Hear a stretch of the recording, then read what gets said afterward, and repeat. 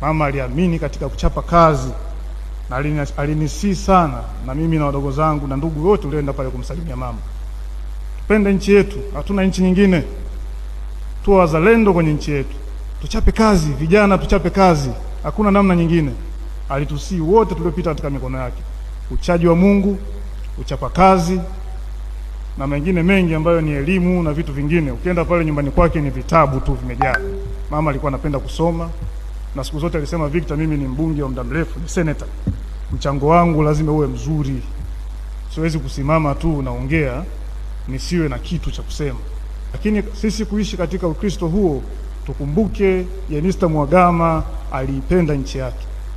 Alithamini watu wa nchi yake, aliwapenda wana Peramiho, aliwafanyia kazi ya dhati. Najua kwa kushirikiana na Mheshimiwa Rais, miradi mingi sana imeenda Peramiho, miradi ya barabara, shule, zahanati na mambo mengi sana yamefanyika Peramiho. Kwa kweli huyu mama hana deni, na mimi kama mwana Peramiho naweza nikasema mama huyu ametustiri sana, na Mungu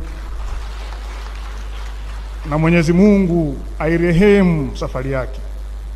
Hata ukimwangalia mtapofanya buriani na kuangalia uso wake umejawa tabasamu la kwamba njia aliyoipita, njia aliyoiandaa kwa ajili yetu ni njia salama. Tuipite katika njia hiyo kiimani, kiushirikiano na pia kimaendeleo.